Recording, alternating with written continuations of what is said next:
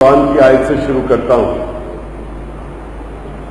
جس میں اللہ کہتے ہیں کہ میں کبھی کسی قوم کی حالت نہیں بدلتا جب تک وہ قوم خود اپنی حالت بدلنے کی کوشش نہ کرے۔ میں یہ آیت 21 سال سے پڑھ رہا ہوں۔ جب سے میں پالیٹکس میں آیا ہوں میں اپنے لوگوں کے سامنے آتا ہوں اور یہ آیت پڑھتا ہوں، اور یہ آیت اس لیے ضروری ہے کہ ہماری حالت بگڑ رہی ہے اور ہم اپنے آپ کو بدلنے کی کوشش نہیں کرتے۔ میر صاحب نے ایک بات کہی کہ ہم صبح کاروبار شروع کرتے ہیں اللہ کا نام لے کے اور پھر ہر قسم کی 2 نمبری کرتے ہیں اس کے بعد۔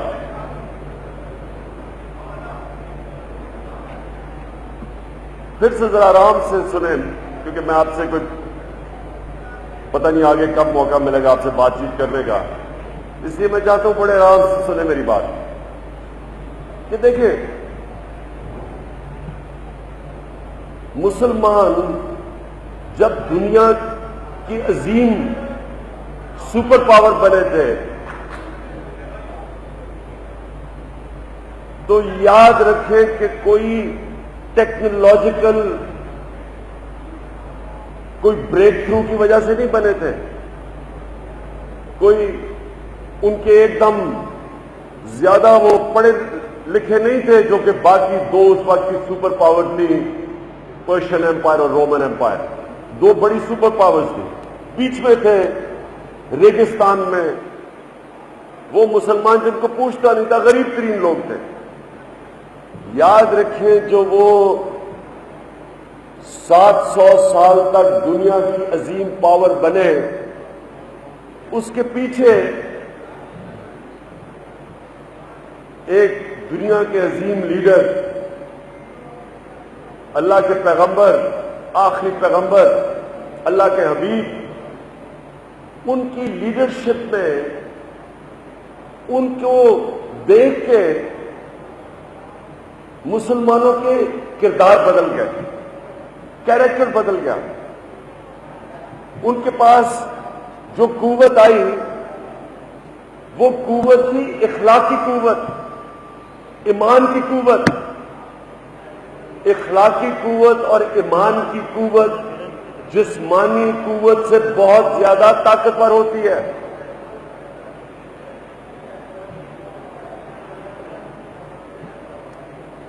جب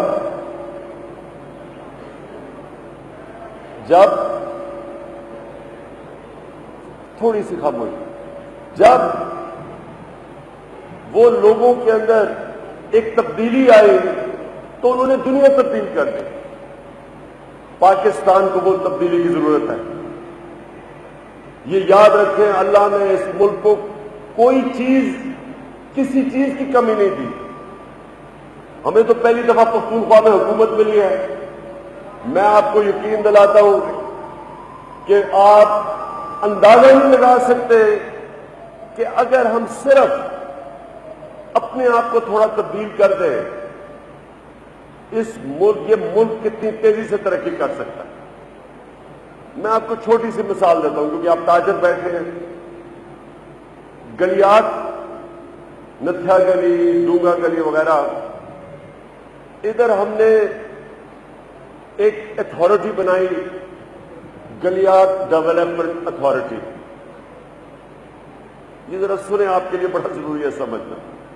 وہ اتھارٹی نے کام کیا کیا، اس کو ہم نے حکومت سے نکال کے انہوں نے وہاں صفائی کی، سڑکیں ٹھیک کی، قانون بنائے، انکروچمنٹس ختم کی، جو طاقتور لوگوں نے زمینیں انکروچ کی ہوئی تھی وہ ختم کی۔ بازار میں تاجروں نے اندر آئے ہوئے تھے، چھوٹی سی وہ بازار اندر آ کے تو سڑک چھوٹی سی رہ گئی تھی۔ تاجروں کے ساتھ مل کے ہم نے وہ انکروچمنٹ ختم کی۔ تاجر جو تھے وہ کیوں مانے کہ ہم نے بڑے بڑے طاقتور سیاستدان، بیوروکریٹ، جب ہم نے ان کے گھر توڑے جو انہوں نے انکروچ کیے ہوئے تھے تو تاجر بھی تیار ہو گئے کہ ٹھیک ہے جی آپ ہماری بھی یہ سڑکیں ٹھیک کر دیں۔ نتیجہ کیا ہوا یہ میں اب آپ کو بتانا چاہتا ہوں۔ ہوا کیا ہوا، 1 سال میں گلیات میں زمین کی قیمت دگنی ہو گئی۔ 1 سال میں جتنی قیمت تھی کنال کی وہ دگنی ہو گئی، اور 1 سال میں جو ٹورزم تھی وہ دگنی ہو گئی۔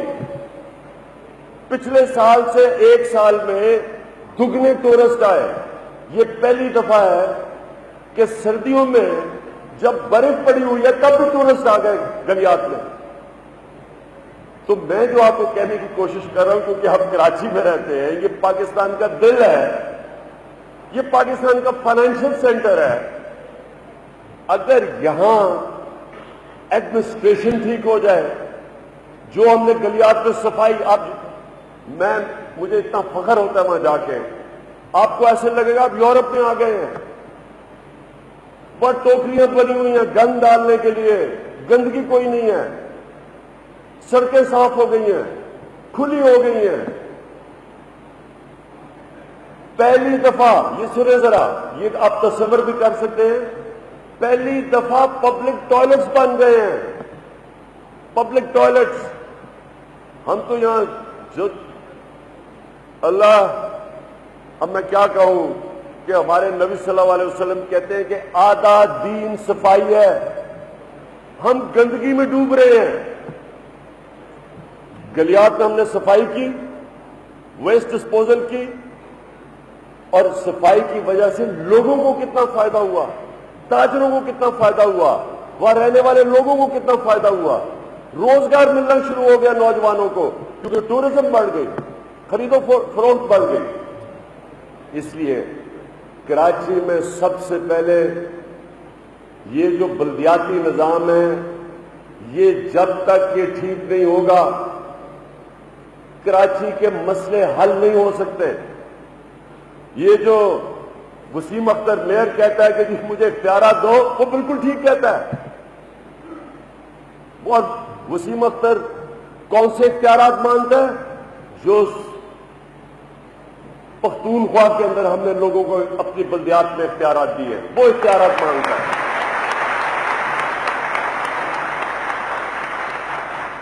میں نے 18 سال کی عمر میں گیا باہر برطانیہ میں، کرکٹ کھیلتا تھا، پھر یونیورسٹی تھی، پھر گرمیوں میں وہاں کرکٹ کھیلتا تھا، سردیوں میں پاکستان۔ میں نے وہاں کا سسٹم دیکھا ہوا ہے، ان کے سسٹم، ان کے شہر، ان کی جو آپ کہہ دیں صوبے، ان کی آپ کہہ دیں یونین کاؤنسل، وہ اس لیے بہترین کام کرتے ہیں کیونکہ وہاں اختیارات نیچے تک گئے ہوئے ہیں۔ جتنے آپ لوگوں کے پاس اختیارات دیں گے، جتنی گورنمنٹ عوام کے پاس چلی جائے گی، اتنی وہ گورنمنٹ عوام کو رسپونڈ کرے گی۔ یہ جو ڈیولوشن ہے یہ کراچی کے اندر بہت ضروری ہے۔ انہوں نے کیا کیا کہ لوکل گورنمنٹ الیکشن کروا دیے، اختیارات دیے نہیں ہیں، نہ تیتر نہ پٹیل۔ لوگ بچارے، آپ کے حالات آپ دیکھ لیں خود، کسی کو سمجھ نہیں آ رہی۔ وہ وسیم اختر کہتا ہے جی میں کیا کروں، میرے پاس ہے ہی کچھ نہیں۔ پشاور کا میئر یہ نہیں کہتا کہ میرے پاس کچھ نہیں ہے، اس کے پاس 30% جو ڈیولپمنٹ فنڈ ہے صوبے کے، وہ ڈائریکٹلی ہم نے نیچے دے دیے۔ اس لیے با اختیار لوگ ہیں، اور آہستہ آہستہ، اور یہاں ہم نے وہاں تو گاؤں کی سطح کے اوپر اختیارات دے دیے، گاؤں میں بھی الیکشن کروا دیے، گاؤں کے لوگ بھی اپنی ڈیولپمنٹ کر رہے ہیں۔ یہ ہے کامیاب دنیا کے اندر ماڈل، ساری دنیا میں جو کامیابی سے چلتا ہے۔ یہاں یہ کیوں نہیں کرتے؟ یہاں کیوں نہیں کرتے؟ یہاں اس لیے نہیں کرتے کہ پیسہ اپنے پاس رکھنا چاہتے ہیں، ڈیولپمنٹ فنڈ کے نام پہ ایم پیز اور ایم این اے کو پکڑا دیتے ہیں۔ کون سی دنیا میں ایم این اے اور ایم پی گلیاں اور سڑکیں ٹھیک کرتے ہیں؟ وہ تو بلدیات کا کام ہوتا ہے۔ اور دوسرا، آج میں بار بار ریپیٹ کرتا رہتا ہوں کہ پختونخوا کی پولیس دیکھ لیں۔ آپ مجھے اب میرا نہ بات مانے، جو یا پشتون ہیں جن کے رشتہ دار ہیں ان سے پوچھ لیں، کبھی موقع ملے تو پختونخوا چلے جائیں، آپ کو فخر ہوگا کہ اس ملک میں بھی ہمارے پاس ایک کوالٹی پولیس بن سکتی ہے۔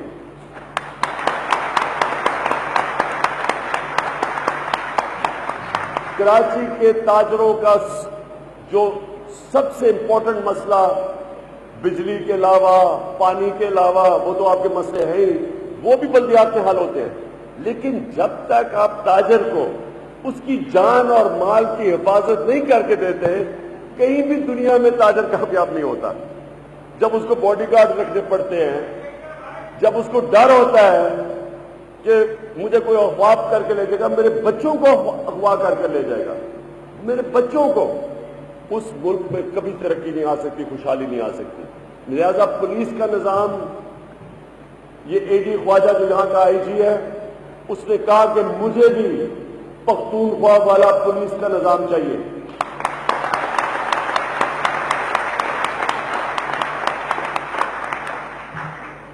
تو میں پہلے تو اس پہ آ جاؤں گا کہ کراچی کے مسئلے سب سے پہلے لا اینڈ آرڈر پولیس ٹھیک کرے۔ کیسے ہم نے وہاں پولیس ٹھیک کی؟ ایک ایماندار آئی جی اس کو لے کے آئے، ناصر درانی کو، پوری طرح اس کو بااختیار کر دیا، کوئی بھی ریکروٹمنٹ سیاسی طور پہ نہیں ہوئی، N T S system, national testing system پہ جو وہ پاس کرتا تھا وہ گھر بیٹھے بیٹھے اس کو مل جاتا تھا کہ جی آپ پولیس پہ آپ کی نوکری ہو گئی۔ یہ کبھی نہیں ہوا پہلے، پیسے لے کے پولیس والے بھرتی کیے جاتے تھے۔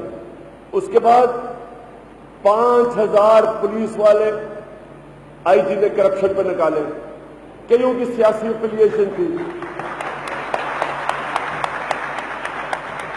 کئی سیاسی طور پہ بھرتی ہوئے تھے، کہ کسی قسم کی سیاسی مداخلت ہم نے نہیں کرنے دی، کوئی پوسٹنگ ٹرانسفر ہم نے نہیں کرنے دی، ہم نے اس کو ذمہ دار ٹھہرایا آئی جی کو، اور اسی کے پاس اتھارٹی تھی۔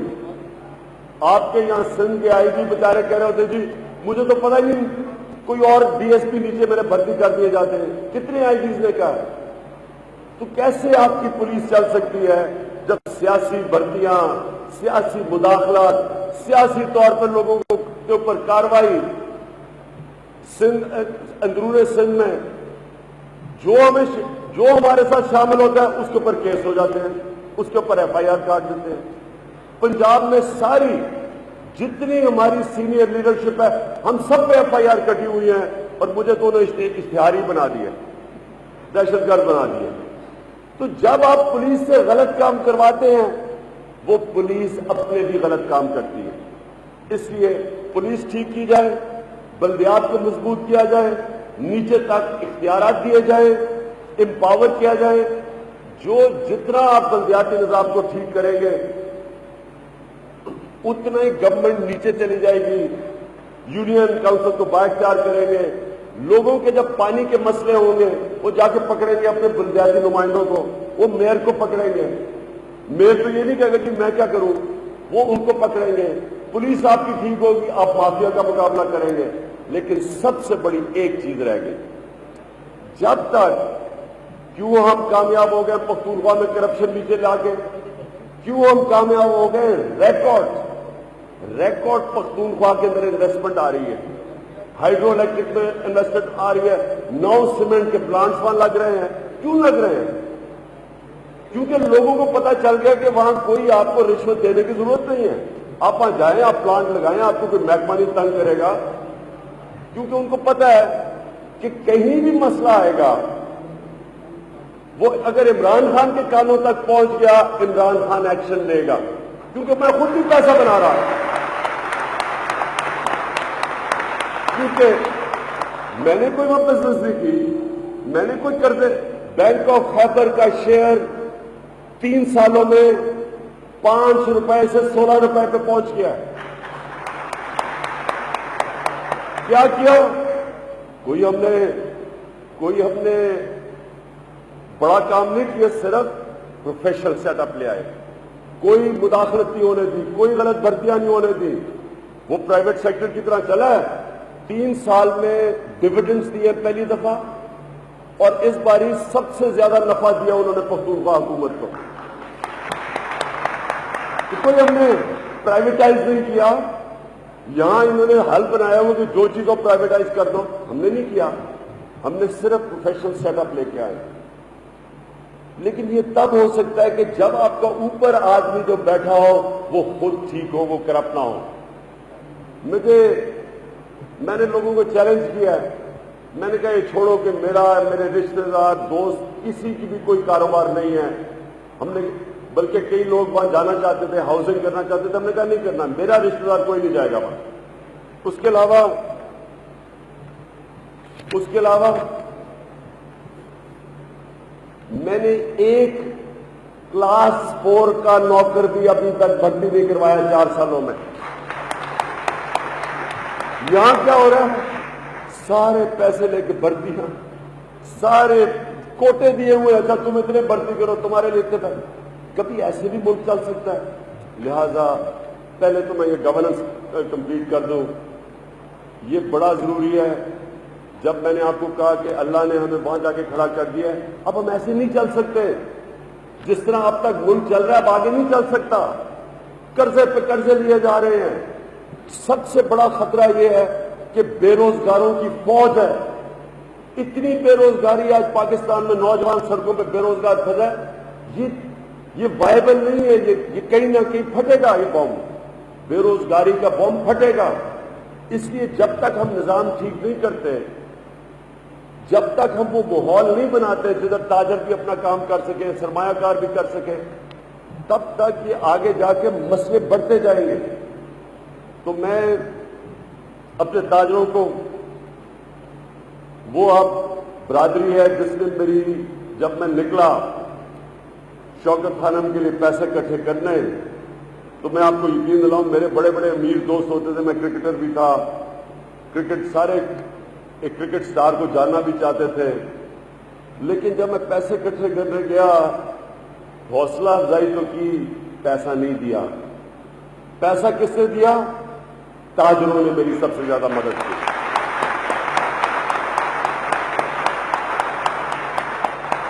اور انشاءاللہ یہ جو کراچی کا شوکت خانم یہ اس سال کے آخر میں شروع ہو جائے گا.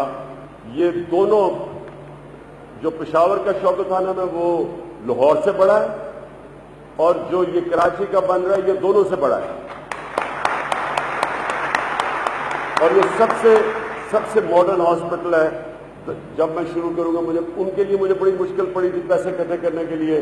مجھے پورا ایمان ہے کہ جس دن میں کراچی میں آؤں گا یہ آرام سے بن جائے گا. میں آپ تاجروں کے لیے، جو اس کے علاوہ کہ آپ کا گورننس کا مسئلہ حل ہو، جو آپ کا سب سے بڑا مسئلہ ہے وہ ہے FBR کا. یہ FBR تب تک ٹھیک نہیں ہوگی جب FBR کو ایک ادارہ نہیں بنایا جائے گا. سپریم کورٹ نے تو FBR کے متعلق جو لفظ کہے ہیں اور نیب کے متعلق، وہ تو آپ سب کے سامنے ہیں کہ ردی کسی کام کے نہیں ہے ادارے.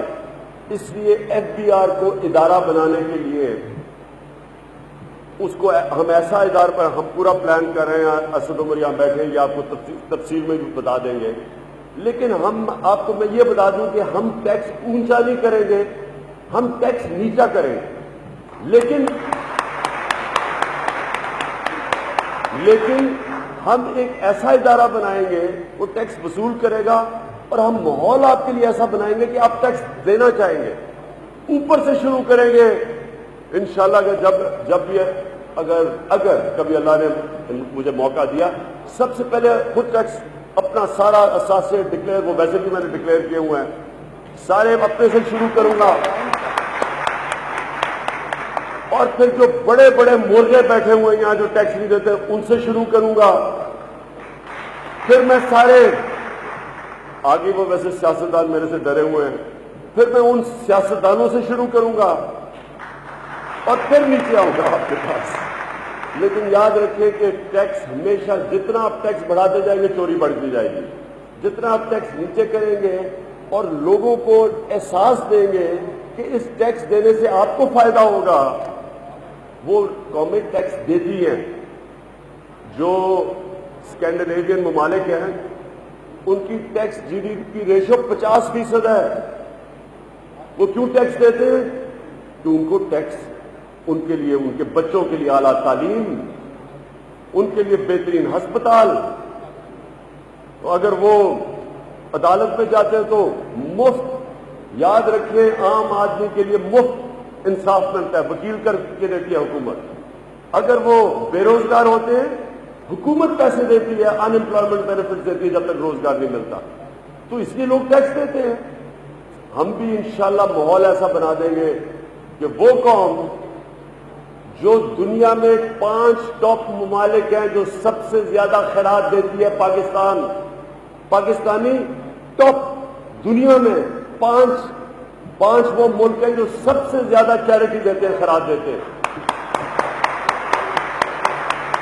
لیکن سب سے کم ٹیکس دیتے ہیں، سب سے کم ٹیکس دیتے ہیں، کیونکہ ٹیکس ان کو پتا ہے کہ کبھی پینما میں چلا جائے گا، کبھی دبئی کی پراپرٹیز میں چلا جائے گا.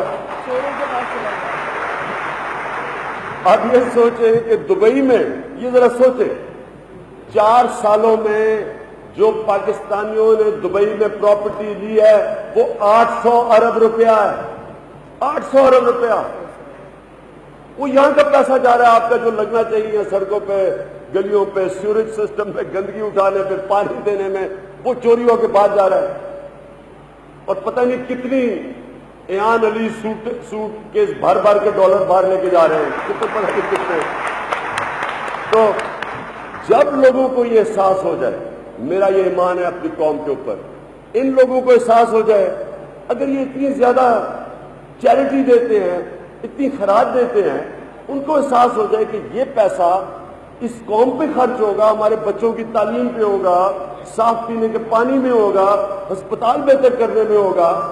اگر شوکت خانم لاہور کو ہر سال 4 ارب روپیہ، 4 ارب 400 کروڑ روپے کا خسارہ ہوتا ہے، کیونکہ 75% کینسر کے مریضوں کا مفت علاج ہے، تو 400 کروڑ روپیہ یہ قوم ہر سال 1 سال سے زیادہ پیسے دیتی ہے. یہ قوم اگر ان کو اعتماد ہو جائے حکومت پہ، یہ اتنا پیسہ دیں گی، میرا ایمان ہے ہمیں کبھی نہ IMF نہ کسی سے قرضے لینے پڑیں گے، نہ بھیک مانگنی پڑے گی. انشاءاللہ ہمیں خوددار قوم بنیں گے، اور ہم وہ خوددار قوم، اور وہ ویسے مجھے کافی قریب نظر آ رہا ہے، کیونکہ یہ جو حالات جا رہے ہیں، یہ پینما کا جو کیس جا رہا ہے، یہ پاکستان کو بدل دے گا انشاءاللہ. اور میں آخر میں ایک رابطہ کمیٹی بھی اسد عمر میں آپ کو کہوں گا، اور فردوس مکی آپ کو کہوں گا کہ ایک رابطہ کمیٹی جو تاجروں کے ساتھ مسلسل آپ کے ساتھ انشاءاللہ وہ بھی لانچ کریں گے. میں پھر سے اس شاندار استقبال کا جو آپ نے مجھے عزت دی، اور جو میں بھول نہیں سکتا، میر صاحب آپ نے جو میرے اوپر اچھے الفاظ کہے، میں آپ کا دل سے شکریہ ادا کرتا ہوں. Thank you.